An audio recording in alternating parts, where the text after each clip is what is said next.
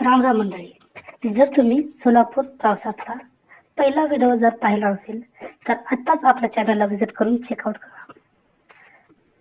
जसं की सिद्धेश्वर मंदिरात प्रसाद घेऊन आम्ही थेट पोहोचलो होते एका प्राचीन मंदिरात, ते म्हणजे मल्लिकार्जुन मंदिर. या मंदिराचं मुख्य आकर्षण म्हणजे सुंदर असे नक्षीकाम आणि खांबावरील सुंदर असे कोरीव काम.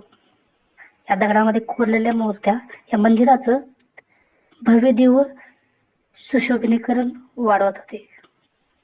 हे सगळं पाहून मन बिलकुलही थक्क झालं होतं. सर्व मंदिर बांधकाम हे पुरातन काळातील असून येथे नवग्रह सुद्धा प्रस्थापित केलेले आहेत. सर्व देवांचे दर्शन घेऊन आम्ही मंदिरात फेरफटका मारायला सुरुवात केली. मंदिर चारी बाजूने शांत आणि मनाला शांती देणार होता. तेवढ्यात आमची नजर पडली या गोंडस बाळावर. याचं हे गोंडसपणा बघून मनाची लालसा वाढली याला जवळून पाहायची.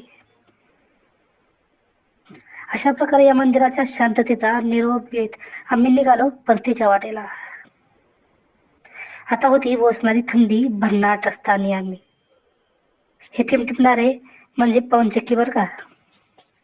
घरी पोचायला उशीर होत होता म्हणून आम्ही वेग धरला आणि लागलो परतीच्या वाटेला.